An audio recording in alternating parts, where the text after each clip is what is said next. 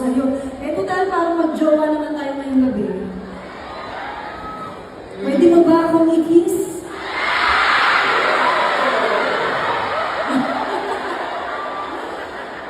Sa pisngi. Oo. Parang ayaw niya pa lumayag pag sa pisngi. Saan mo ba gusto? Pisngi, okay.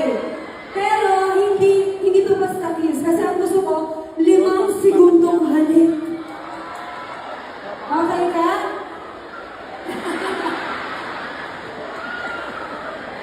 Okay? Ready ha? Dito lang sa cheeks, okay?